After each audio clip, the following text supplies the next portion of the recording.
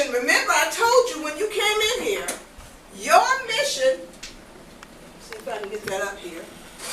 Where can I point it? Here, let's point it there. Your mission, should you accept it, is that you're supposed to do what? Find Jesus. Find Jesus. Because God has a big plan for me. Say that. God has a big plan for me. Don't you know that God has, even when you were in your mom's womb, in her tummy, God already knew you? He knows how many hairs you have on your head. Do you know that? Yes. How many hairs you got on your head? If you just held it like this, how many are there? So I don't know. How many hairs does Layla have? 1,000. A million. We don't know. 1,000. Okay. All of us. Okay? But only God knows. God knows you just that well. And He has a big plan for you. But you know, just like Saul was void of good, that's how Satan is. And Satan don't want you to get that plan that God has for you. He don't want you to have that. Because that's too good. It is so good, okay? But he doesn't want you to have that. So we got to find Jesus, don't we? Okay, because you know, after all, we are, hold on, I got something for you. We are all, hold on. What is, let me see if I got it on the right side. Okay, what does this say? We are all what? Wanted by God. And the reward awaits you in heaven. Okay? So imagine your picture in there saying, you are wanted. You are wanted by God. Okay? But guess who else wants you? Satan. So it's a fight. It's another fight. And if God would let us see this, look over there in that corner. Right over there in that corner. Right there up in the corner of the building. Imagine that was heaven. Are you thinking? Imagine, keep your eye on that corner. Imagine that was heaven.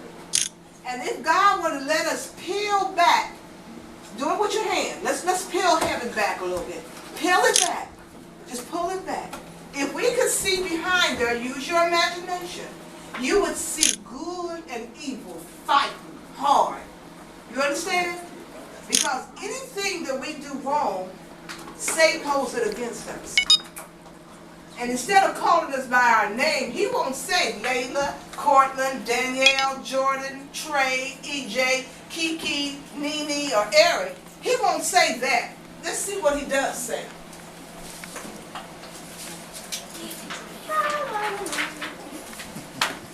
This is how the old dirty devil does it. That's why we don't like it.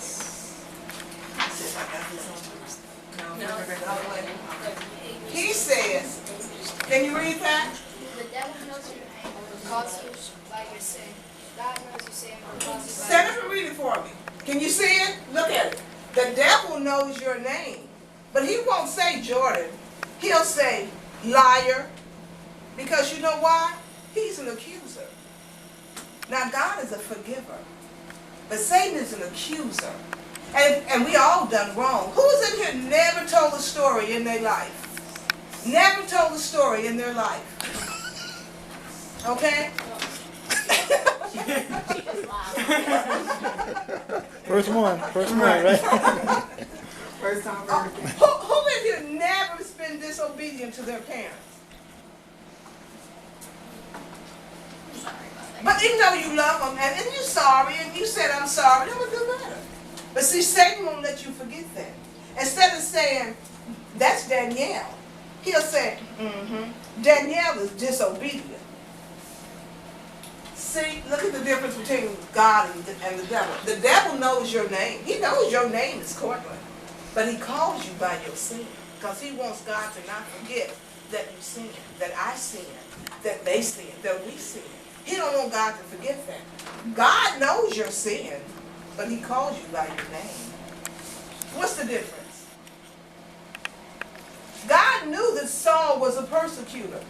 a liar, a murderer. God knew it. But as we study more about Saul, and when he changed to become a Christian himself, God changed his name to Paul. And no longer did he remember all those bad things that Saul had done. And Paul even said, I've wronged no man. Well, how could Paul say, I've wronged no man?